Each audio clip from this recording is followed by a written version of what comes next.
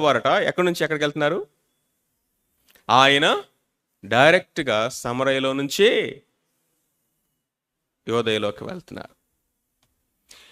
ఎందుకు ఈ యొక్క జయోగ్రఫీ మనకి ఇక్కడ ఇంపార్టెంటే? ఒకటి, యేసుక్రీస్తు ప్రభువారు ఈ భూమి మీద ఆయన ప్రతి విధమైనటువంటి సోషల్, కల్చరల్, రిలీజియస్ బ్యారియర్స్ని బ్రేక్ చేశాడు. అడ్డుగోడలని పడగొట్టేశాడు. అంటరానితనాన్ని, వీళ్ళు అంటరాని వారు, వాళ్ళ దగ్గరికి మేము వెళ్ళలేము, వారితో మేము మాట్లాడము, వారితో సాంగత్యము చేయము, వారు పాపులు, మేము పరిశుద్ధులము అని సమాజంలో మనుషులు కట్టినటువంటి ప్రతి విధమైన అడ్డుగోడలని ఆయన కూల్చిపడేశాడు. అందుకనే మనము సమరయ స్త్రీ దగ్గర కూడా మనం చూసినట్లయితే ఆయన సమరయలో ఉన్నటువంటి సుకారు అనే గ్రామంలో ఆమెను కలుసుకున్నాడు. ఇక్కడ ఆయన యెరూషలేముకి వెళ్తున్నాడు, సమరయ గలిలయ మధ్యగా వెలుచున్నాడట. ఆయన సమరయ గలిలయ మధ్యగా వెళ్ళాడు కాబట్టి ఈ 10 మంది కుష్ఠరోగులకి ఆయన తగిలాడు. ఆయన గనక మిగిలిన వారులాగా, మిగిలినటువంటి అందరు యూదుల్లాగా ఆయన వేరే మార్గంలో గనక వాళ్ళని బైపాస్ చేసుకొని గనక వెళ్ళినట్లయితే వారి జీవిత కాలం అంతా మరణం వరకు ఆయన వారిని బైపాస్ చేసే వెళ్ళేవాడు. ఆయన కలుసుకునే అవకాశం, భాగ్యం వాళ్ళకి ఎప్పుడూ దొరికేది కాదండి. యేసుక్రీస్తు ప్రభువారు అసలు ఈ భూమి మీదకి ఎందుకు వచ్చాడో తెలుసా? నశించిన దాన్ని వెదకి రక్షించుటకు. 10 మంది కుష్ఠరోగులు ఇక్కడ ఉన్నారు. వారు లోపలికి వెళ్ళలేరు, అటు గలిలయలోకి వెళ్ళలేరు, ఇటు సమరయలోకి వెళ్ళలేరు. వారు సమరయ యూదయ బార్డర్లో ఉన్నారో మనకు తెలియదు, లేకపోతే సమరయ గలిలయ బార్డర్లో మనకున్నారో మనకు తెలియదు. ఖచ్చితంగా ఒకటి మాత్రం చెప్పగలము, వాళ్ళు బార్డర్లోనే ఉన్నారు. అంటే అర్థమేంటో తెలుసా? బయట ఉన్నారు. ఎందుకంటే కుష్ఠరోగులు అనేటువంటి రోగం అనేది అది ఆ దినాల్లో డెడ్లీ డిసీజ్గా ట్రీట్ చేసేవాళ్ళు. అంటే ఒకసారి కుష్ఠరోగం వస్తే ఇంకా వాడు మరణానికి అప్పగించబడినట్లే. ఆడు బ్రతకటం అనేది 0% ప్రాబబిలిటీ. బ్రతకటం అనేది అసాధ్యము. ఎందుకు అంటే కుష్ఠరోగం వచ్చింది అంటే అర్థమేంటంటే అది మరణకరమైనది. కుష్ఠరోగం అనేది అపవిత్రమైన రోగము అనుకునేవాళ్ళు. కుష్ఠరోగం అనేది మరణకరమైన రోగముగా ట్రీట్ చేసేవారు. కుష్ఠరోగం వస్తే ఆ వ్యక్తిని ఊరికి బయట ఎక్కడో దూరంగా పడేసేవాళ్ళు. లెపర్స్ కాలనీ అని ఉండేది. లేకపోతే లెపర్స్ అందరూ కూడా బయట ప్రపంచానికి ఎవరికి అసలు కనపడకుండా దూరంగా ఉన్నా కానీ లోపలే సమాధిలో ముందుగానే పడేసినట్లుగా వాళ్ళని గుహల్లో వేసేవాళ్ళట. కేవ్స్ ఉంటాయి కదా, కేవ్స్. బ్రతికుండా అనగానే వాళ్ళని సమాధి చేసినట్లు లెక్క అనమాట.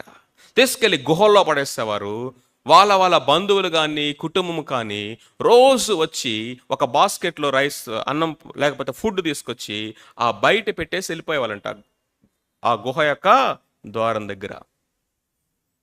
వారందరూ లంచ్ టైంకి బయటకు వచ్చి ఎవరెవరు బాస్కెట్లు స్కూల్లో పిల్లలు ఎత్తుకుంటూ వెళ్తారే ఆ విధంగా తీసుకుని వెళ్ళిపోయి తినేసేవారు.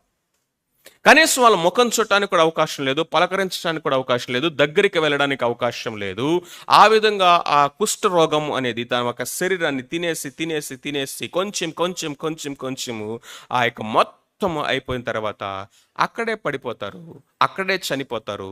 కనీసం వాళ్ళని ప్రాపర్ బరియల్, రెస్పెక్టబుల్ బరియల్ చేయడానికి కూడా అవకాశం లేదు.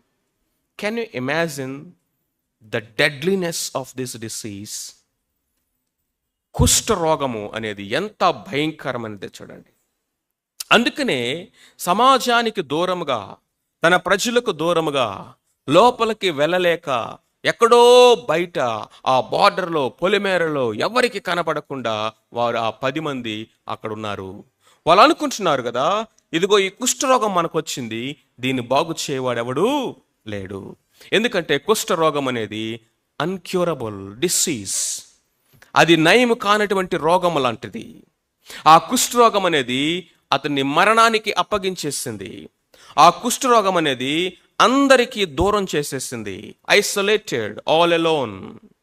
If at all there is a fellowship, it's all lepers. అక్కడ ఎవడన్నా వాడికి పక్కన ఎవడన్నా తగలాడు అయ్యా పలకరించేవాడంటే వాడు కూడా ఖచ్చితంగా ఎవడై ఉండాలి? కుష్ఠరోగి అయితే మాత్రమే వాడితో కూర్చోగలడు, కుష్ఠరోగి అయితే మాత్రమే వాడితో మాట్లాడగలడు, కుష్ఠరోగి మాత్రమే అతనితో అసోసియేట్ చేయగలడు. ఆ విధమైనటువంటి కండిషన్లో ఈ 10 మంది లెపర్స్ ఉన్నారండి. వాళ్ళ కండిషన్ చూడండి ఎంత ప్యాథటిక్గా ఉందో. వాళ్ళ కండిషన్ చూడండి, ఎన్ని సంవత్సరాలు అవుతుందో తెలియదు కుష్ఠరోగం వచ్చి.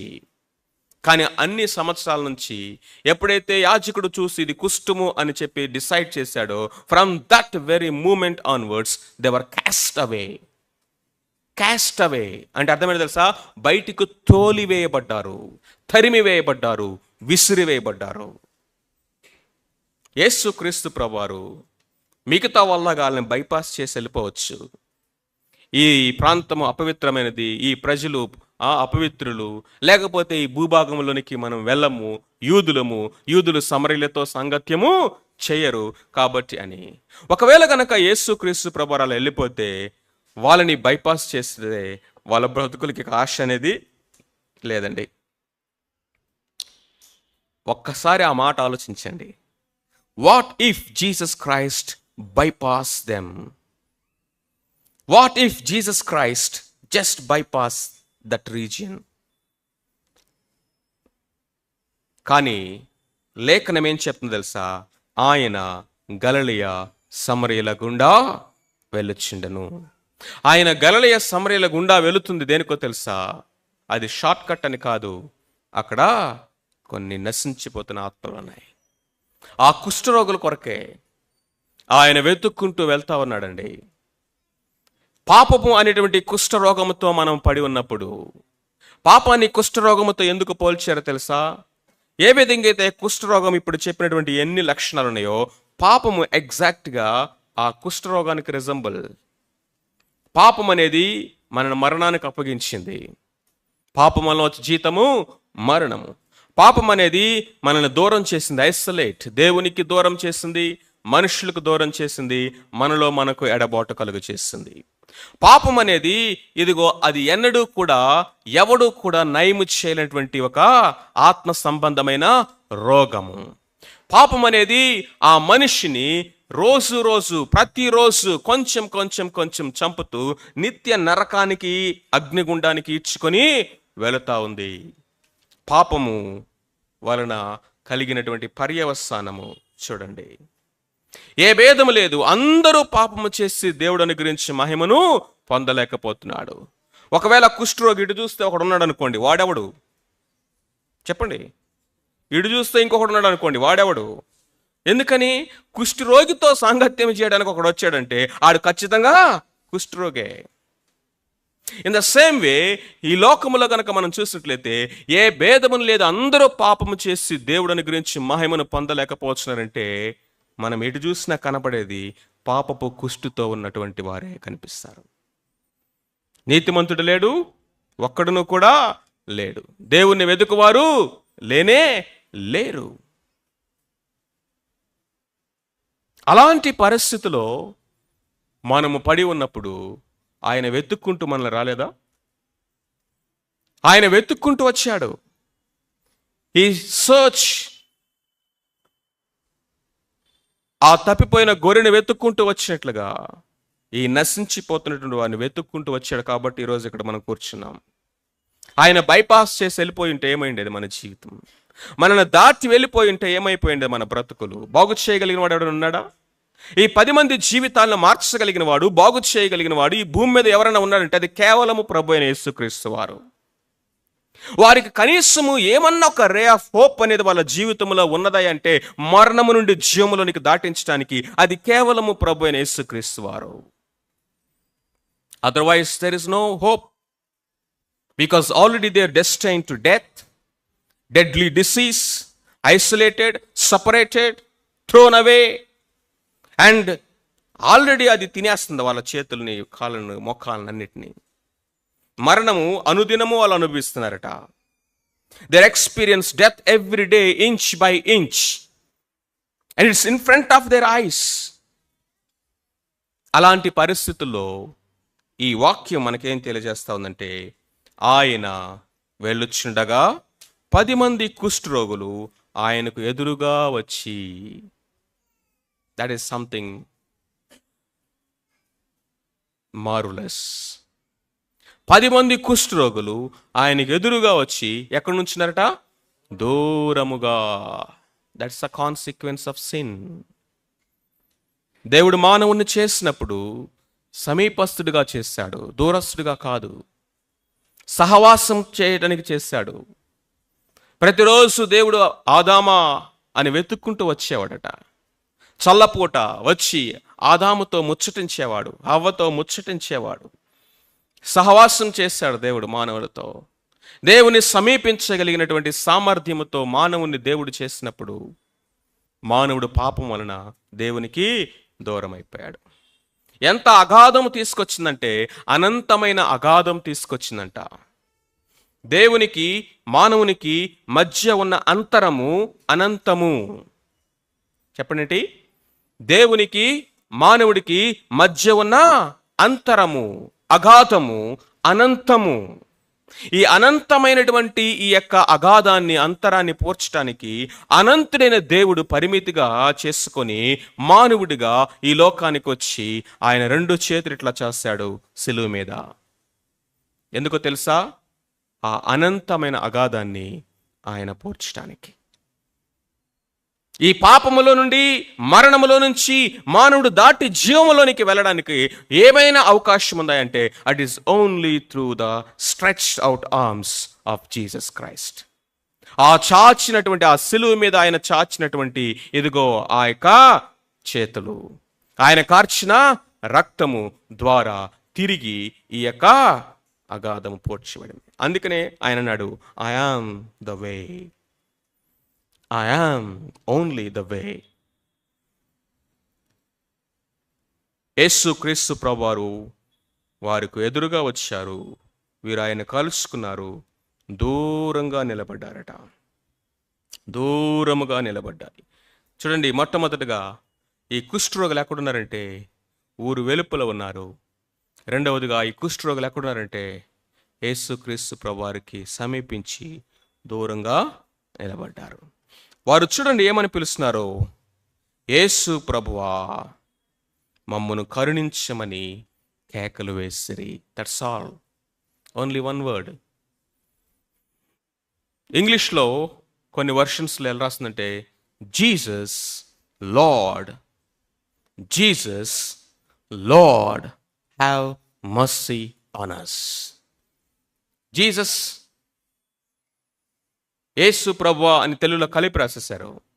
యేసు ప్రభువా, యేసు ప్రభువా, Jesus who is the Lord. అది దాని అర్థం.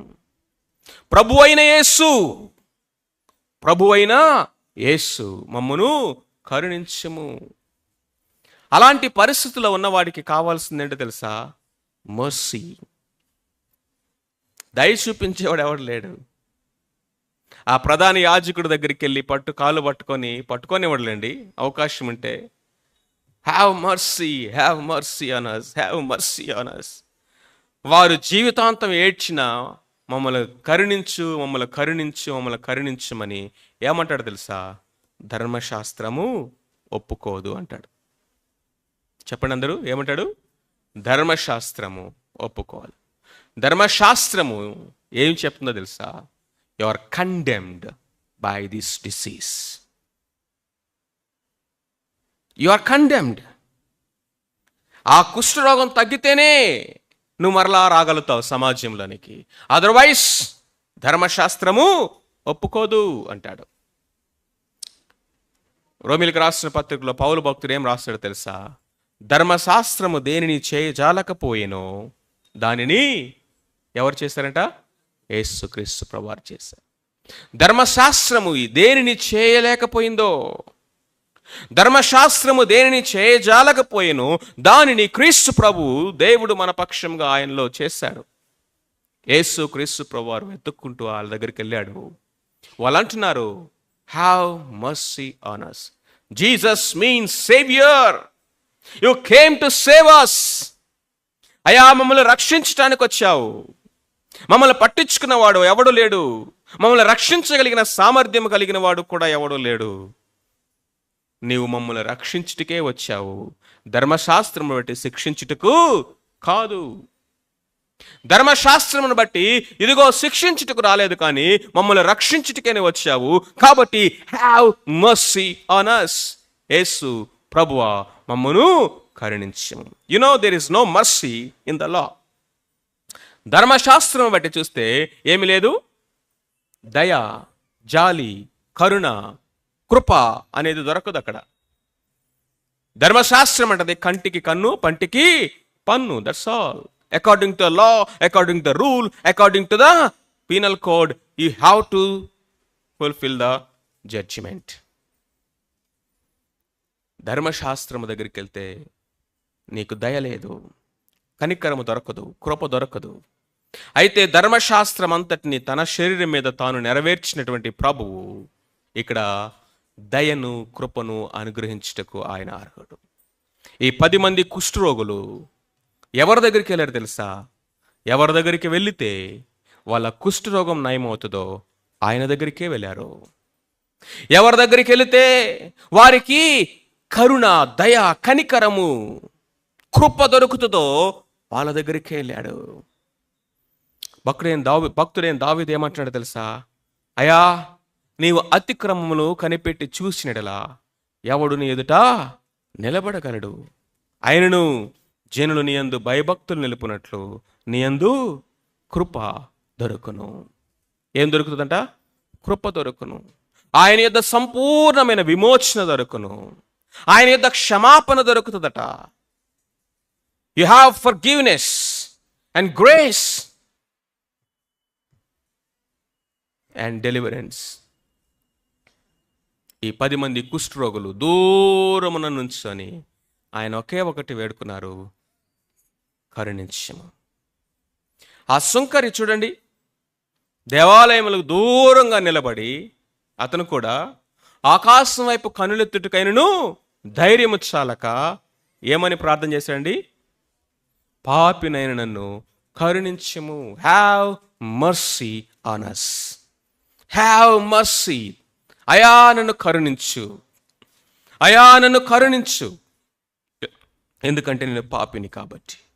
ఈ 10 మంది కుష్ఠరోగులు దూరమున నిలబడి వాళ్ళు గొప్ప స్వరముతో కేకలు వేస్తూ ఆయన్ని సమీపించలేక వారు అడుగుతుంది దేనికో తెలుసా? అయా, కనికరము లేని వారిగా మేమున్నాం. కనికరము లేకుండా ధర్మశాస్త్రము ఇదిగో ఆ యాజకుడు మమ్మల్ని సమాజం నుండి బయటికి తోలేశాడు. ఎన్ని రోజుల నుంచి మేము ఒంటరిగా, ఐసోలేటెడ్గా, క్యాస్ట్ అవుట్గా, అన్టచబుల్గా, డిసీజ్డ్గా, డెడ్లీ పీపుల్గా మేము మరణాన్ని ఒక్కొక్క ఇంచి ఎవ్రీడే అనుభవిస్తూ మా కళ్ళ ముందు మేము హెల్, నరకాన్ని ఈ భూమి మీదే మేము అనుభవిస్తూ ఉన్నాం. ఇఫ్ ఎట్ ఆల్ ఎవరైనా మమ్మల్ని దయ చూపించగలంటే అది నువ్వే. ఎవరైనా మమ్మల్ని రక్షించగలరు, ఈ పరిస్థితిలో స్వస్థపరచగలరంటే అది మీరే. అందుకని వాళ్ళు అంటున్నారు యేసు అన్నారు, సేవియర్, లార్డ్, ప్రభువా అన్నారు. ఇదిగో మా జీవితాలకు ప్రభువు నీవు. పాపిని నన్ను కరుణించము, మమ్మును కరుణించమని ఏం చేశారంట చెప్పండి? కేకలు వేసిరి. ఇది మొదటి కేక. ఈ యొక్క ప్యాసేజ్లో మొదటి కేక దేనికోసం చెప్పండి? కరుణించమని, దయ చూపించమని కేకలు వేశారండి. ఏ విధంగా కేకలు వేస్తుంటారో చూడండి. 1 last chance for the whole lifetime అంటే ఎలా అరుస్తారు చెప్పండి? 1 last chance for the whole lifetime, if at all there is a possibility to come out of this hell. There is only one chance. And there is only one way, and there is only one person, and that person is before you now, and that opportunity is at your hand now. ఆ వ్యక్తి నీ కళ్ళ ముందున్నాడు, ఆ అవకాశం పెట్టి నీ చేతిలో ఉన్నది. 1 chance for the whole lifetime. ఎట్లా కేకలేస్తారండి, ఎలా అరుస్తారు, ఏ విధంగా ప్రాధాయపడతారో జస్ట్ ఇమాజిన్. ప్రభు ఏమంటున్నారు చూడండి, ఆయన వారిని చూచి మీరు వెళ్ళి మిమ్మల్ని యాజకులకు కనబరుచుకుని వారితో చెప్పాను. సంథింగ్ డిసప్పాయింటింగ్ తెలుసా ఈ మాట? అంత ఎంథ్యూజాస్టిక్గా, అంత ఆశతో, అంత ఎక్స్పెక్టేషన్ తోటి వారు యేసయ్య దగ్గరికి వస్తే ఆయన ఏమన్నాడు తెలుసా? ముందు ఒక ఇంపాసిబుల్ టాస్క్ చెప్తున్నాడు. ఏంటి? వెళ్ళండి అంటున్నాడు. ఎక్కడికి వెళ్ళేది? యాజకుడి దగ్గరికి వెళ్తే ఊరుకుంటాడా? అసలు బయటికి తోలేసింది ఎవరు? సమాజం నుంచి వెలివేసింది ఎవరు? ఇప్పుడు ఎక్కడికి వెళ్ళమంటున్నాడు? అక్కడికి వెళ్తే రాళ్ళతో కూడా చంపేస్తారు. సమాజంలోకి వెళ్తే రాళ్ళతో కూడా చంపుతారు వాళ్ళు. ఇప్పుడు ఆయన అంటున్నాడు, మీరు వెళ్ళి యాజకులకు కనబరుచుకోండి. కనపరుచుకునేది ఏంటి? ఆల్రెడీ కనపడట్లేదా నీకు? మళ్ళీ కనపరచుకోలేదంటయ్యా, కనబడట్లేదు రోగము. మళ్ళీ ఆయన ఏమైనా డిక్లేర్ చేయాలా? మరలా డిసైడ్ చేయాలా? మరలా నిర్ధారణ చేయాలా? రోగ నిర్ధారణ అయిపోయింది ఆల్రెడీ. మళ్ళీ యాజకుడు కనపరుచుకునేది ఏంటి? This is common sense, this is logic, this is science, this is medicine.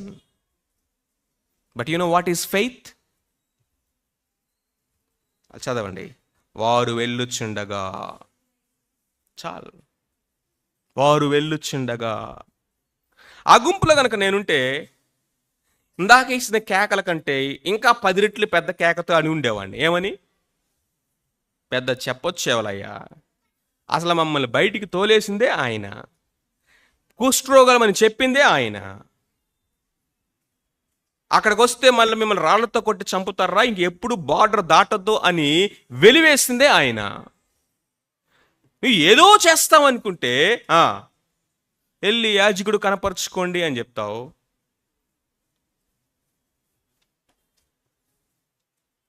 ప్రియమైన వారులారా వినండి, చాలాసార్లు మనము ఇదే వాడతాం.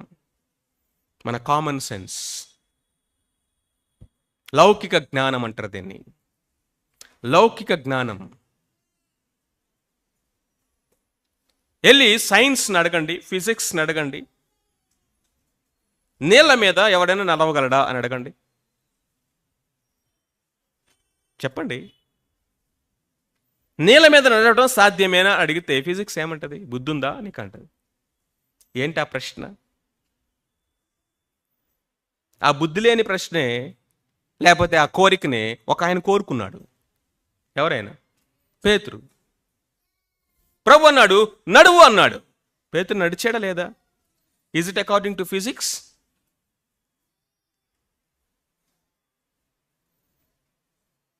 విశ్వాసం అనేది it works beyond all this. విశ్వాసము. ఈ 10 మంది కూడా దే రెస్పాండెడ్ విత్ ఫెయిత్. ఎవరి మీద విశ్వాసమై అంటే వాళ్ళ మీద వాళ్ళకి విశ్వాసము కాదు, ఎవరైతే ఆ మాట చెప్పారో ఆయన మీద విశ్వాసం అండి. విశ్వాసం అనేది యేసు వైపు నువ్వు చూసినప్పుడు వస్తుంది, యేసు మాట విన్నప్పుడు వస్తుంది. విశ్వాసమునొక కర్త, దాన్ని కొనసాగించేవాడు ఆయనే. కర్త ఆయనే అంటే విశ్వాసమునలో పుట్టించింది ఆయనే, కొనసాగించేవాడు అనుదినము ఆయనే. అయితే నీవు నేను చేయాల్సిందే తెలుసా? ఆయన వైపు చూడాలి everyday. Lord give me faith. అటు ఇటు చూడకుండా, అలలను చూడకుండా, గాలిని చూడకుండా, ఇదిగో ఈ యొక్క లోకము అనేటటువంటి సముద్రంలో నేను మరలా మునిగిపోకుండా, give me faith Lord every day to walk. ఎక్కడ నడవాలి? ఈ సముద్రం మీద నడవాలి. ఎక్కడ నడవాలి? ఈ అరణ్యములోనే నడవాలి. దారి లేని అరణ్యములో నేను నడవాలి. విశ్వాసమే ఆధారం. మునిగిపోయే ఈ లోకములో నేను నడవాలి. విశ్వాసమే ఆధారం. అనుదినము ఆయన వైపు మనం చూస్తూ అడగలట, లార్డ్ గివ్ మీ ఫెయిత్. ఈ 10 మంది ఆయన వైపు తేరి చూశారు, ఆయన మాటని జాగ్రత్తగా విన్నారు. వారిలో విశ్వాసాన్ని ఆయనే పుట్టించాడు.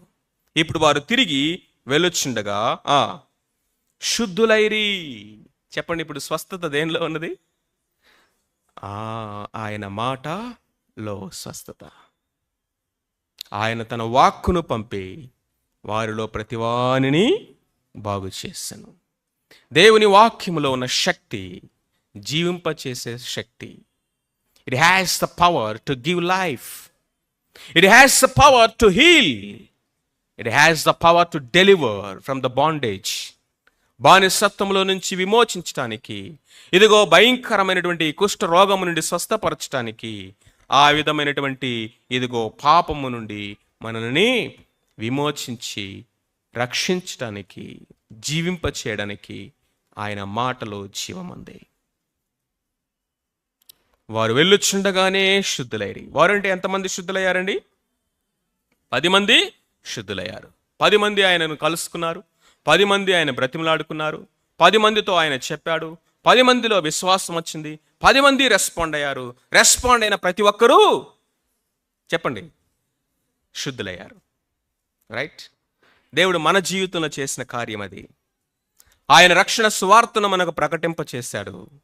ఎవరైతే ఆ వాక్యానికి ప్రతిస్పందించి ఆయన యందు విశ్వాసం ఉంచారో వారందరినీ ఈ పాపం అనే కుష్ఠరోగం నుండి ఆయన ఏం చేశాడు?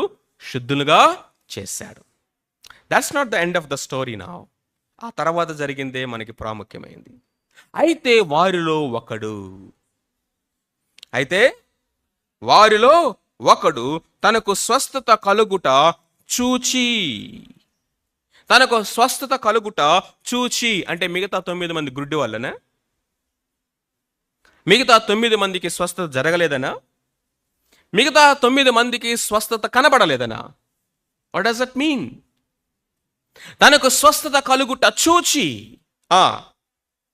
గొప్ప శబ్దముతో దేవుణ్ణి మహిమపరచుచు తిరిగి వచ్చి ఆయనకు కృతజ్ఞతాస్తుతులు చెల్లించు ఆయన పాదముల యొద్ద సాగిలపడెను. ఇది రెండవ కేక. మొదటి కేక దేని కొరకు చెప్పండి? కరుణించమని, దయ కొరకు కేక. రెండవ కేక మొదటి కేక కంటే ఇంకా గొప్పదట. రెండవ కేక మొదటి కేక కంటే ఇంకా గొప్పది. ప్రియమైన వారులారా, జాగ్రత్తగా వినండి. సమస్యలు వచ్చినప్పుడు మనం ప్రార్థన చేస్తామే. ఐసీలో ఉన్నాడు అని చెప్పినప్పుడు, వెంటిలేటర్ మీద ఉన్నాడు అని చెప్పినప్పుడు, ఇంకా మొత్తం దివాలా తీసింది కంపెనీ లేకపోతే బిజినెస్ అని తెలిసినప్పుడు, ఇదిగో ఇక హోప్లెస్ అనేటువంటి కండిషన్స్లోకి మనం వెళ్ళినప్పుడు మొర్ర పెడతామే, కేకలు వేస్తామే, మూలుగుతామే, భారముతో దేవుని పాదాల మీద పడతామే. అంతకంటే గొప్ప స్వరముతో, అంతకంటే ఎక్కువ కృతజ్ఞతతో, అంతకంటే ఎక్కువ ఆనందముతో, జాయ్తో మనము కృతజ్ఞతాస్తుతులు చెల్లించాలండి. Many times we cry for help and very very very few times we cry out of gratitude. Yesu Kristu ప్రభువారు ఇక్కడ అడుగుతున్నాడు, 10 మంది శుద్ధులేరి కారా? మరి ఆ 90 ఎక్కడా? ఎంతమంది అండి? ప్రభు అంటున్నాడు, ఇట్ ఈస్ 1:9. ఇక్కడ ఎంతమంది ఉన్నారంట? 10 మందిలో ఒకరే కనపడుతున్నారు. మిగిలిన 9 మంది ఏరి. దేవుని మహిమపరచడానికి ఎందుకు వచ్చాడయ్యా వాడు తిరిగి అంటే, దేవుని మహిమపరచడానికి వచ్చాడు. ఎందుకు వచ్చాడంటే ఆయన పాదముల మీద సాగిలపడడానికి వచ్చాడు. యూనో వర్షిప్ అంటే ఏంటో తెలుసా? మూల భాషలో ఫాల్ ప్రాస్ట్రేట్. ఆరాధన అంటే ఆయన పాదముల మీద సాగిలపడటమే, ఆయన పాదాల మీద సాష్టాంగపడటము. ఆరాధన అంటే ఏంటో తెలుసా? ఆయన్ని మహిమపరచటము. ఆరాధన అంటే ఏంటి తెలుసా? ఆయనకి కృతజ్ఞతాస్తుతులు చెల్లించటము. ఎక్కడో ఎత్తుకోవాల్సిన అవసరం, వాక్యంలో ఉంటాయి డెఫినేషన్స్ అన్ని. వాడు ఏం చేశాడు చెప్పండి? గొప్ప శబ్దం. అసలు పరిగెత్తుకుంటూ వచ్చాడట. He could not wait even a minute. పరిగెత్తుకుంటూ వచ్చి గొప్ప శబ్దముతో ఆయన పాదముల మీద సాగిలపడి ఏం చేస్తున్నాడండి? దేవుని మహిమపరచుచు ఆయనకి కృతజ్ఞతాస్తుతులు చెల్లించుచున్నాను. ఎంతమంది ఇలాంటి హృదయంతో ఈరోజు దేవుని మందిరానికి వచ్చారు? నేను దేవుని ఆరాధించాలి, నా ప్రభువుని నేను మహిమపరచాలి, ఆయన ఈ పాపపు కుష్ఠరోగము నుండి, ఈ భయంకరమైనటువంటి నరక అగ్ని గుండము నుంచి వెలివేయబడిన స్థితిలో దూరస్తుడిగా నేనున్నప్పుడు, దేవుని ఎరగని స్థితిలో నేనున్నప్పుడు, పాపపు అంధకారము చేత నేను బానిసగా ఉన్నప్పుడు ఆయన నన్ను విడిపించడానికి వెతుక్కుంటూ వచ్చాడు. You know one thing, they could not reach him. వాళ్ళు ఆయన చేరుకోలేరు, వారు ఆయనని చేరుకునే పరిస్థితిలో లేరు. ఎందుకంటే వారు దూరస్తులుగా ఉన్నారు, వెలివేయబడిన స్థితిలో ఉన్నారు, సమీపముగా దగ్గరికి రాలేనటువంటి స్థితిలో ఉన్నప్పుడు ఆయనే వారి దగ్గరికి వెళ్ళాడు. అన్ని బ్యారియర్స్ని క్రాస్ చేసుకొని వాళ్ళ దగ్గరికి వెళ్ళాడు. యేసు క్రీస్తు ప్రభువారు ఈ భూమి మీదకి ఆయన శరీరధారిగా, నీలాంటి వాడుగా, నాలాంటి వాడుగా, మన పక్షముగా మరణించి ప్రాణము పెట్టి తిరిగి లేవడానికి, మన పాప విమోచన కొరకు ఆయన కలువరి సిలువలో ఆ క్రయధనము చేయడానికి ఆయన ఎన్ని బ్యారియర్స్ని, లేకపోతే ఎన్నిటిని ఆయన దాటుకొని రావాల్సి వచ్చిందో తెలుసా? హి క్రాస్డ్ ఎవ్రీథింగ్. పరలోక మహిమను ఆయన ప్రక్కన పెట్టాల్సి వచ్చింది. ఆత్మస్వరూపైన అనంతుడైన దేవుడు తను తాను ఒక రూపంలోనికి తెచ్చుకోవాల్సి వచ్చింది. అదృశ్యుడైన దేవుడు విజిబుల్ ఫామ్లోకి రావాల్సి వచ్చింది. అనంత జ్ఞాని అయినటువంటి దేవుడు తల్లి ఒడిలో కూర్చొని ఓనమాలు నేర్చుకోవాల్సి వచ్చింది. ఆయన నేర్చుకోవటం ఏంటండి? ఆయన నేర్చుకోవటం ఏంటి? సమస్త సృష్టిని ఆయన నోటి మాట చేత నడిపించే దేవుడు ఇదిగో ఒక పసిబిడ్డలాగా ఆ తల్లి యొక్క చేయి పట్టుకొని నడక నేర్చుకున్నాడట, మాటలు నేర్చుకున్నాడట, చదువు నేర్చుకున్నాడట. అనంత విశ్వము పట్టచాలని దేవుడు ఒక తల్లి గర్భములో ఒక కనబడని పిండముగా ఆయనలా వచ్చాడు. మరణమును ఎరగని దేవుడు మరణ యాతనని శిలువ మీద పొందాడు. మహిమను విడిచిపెట్టి అవమానాన్ని పొందాడు. He crossed many things. ఎందుకో తెలుసా? ఇవన్నీ దాటుకుంటూ ఎందుకు వచ్చాడు తెలుసా? ఆయన నిన్ను చేరుకోవడానికి, నిన్ను రీచ్ అవ్వడానికి. పాపము, కుష్ఠ రోగముతో పడి చెడిన మన జీవితాలని ఆయన వెదికి రక్షించి బాగు చేయడానికి. అయిన తర్వాత ఇప్పుడు మనం ఏం చేస్తా ఉన్నామనేది ఇక్కడ ప్రశ్న. వారిలో ఒక్కడే వచ్చాడు. ఆ ఒక్కడు కూడా ఎవడు చెప్పండి? సమరయుడు. ఆ ఒక్కడు ఎవడు? సమరయుడు. ఆ ఒక్కడు సమరయుడు అంటే మిగిలిన వాళ్ళు ఖచ్చితంగా నాన్ సమరయుటన్సే కదా. 100% ఎవరు చెప్పండి?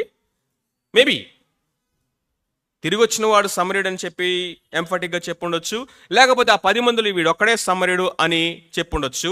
What ever it maybe. ఇప్పుడు సెకండ్ కేసు కనుక మనం తీసుకుంటే వారిలో వీడొక్కడే సమరయుడు అనుకుందాం. మిగతా వాళ్ళందరూ ఎవరు? సమరయులు కాదు, యూదులు.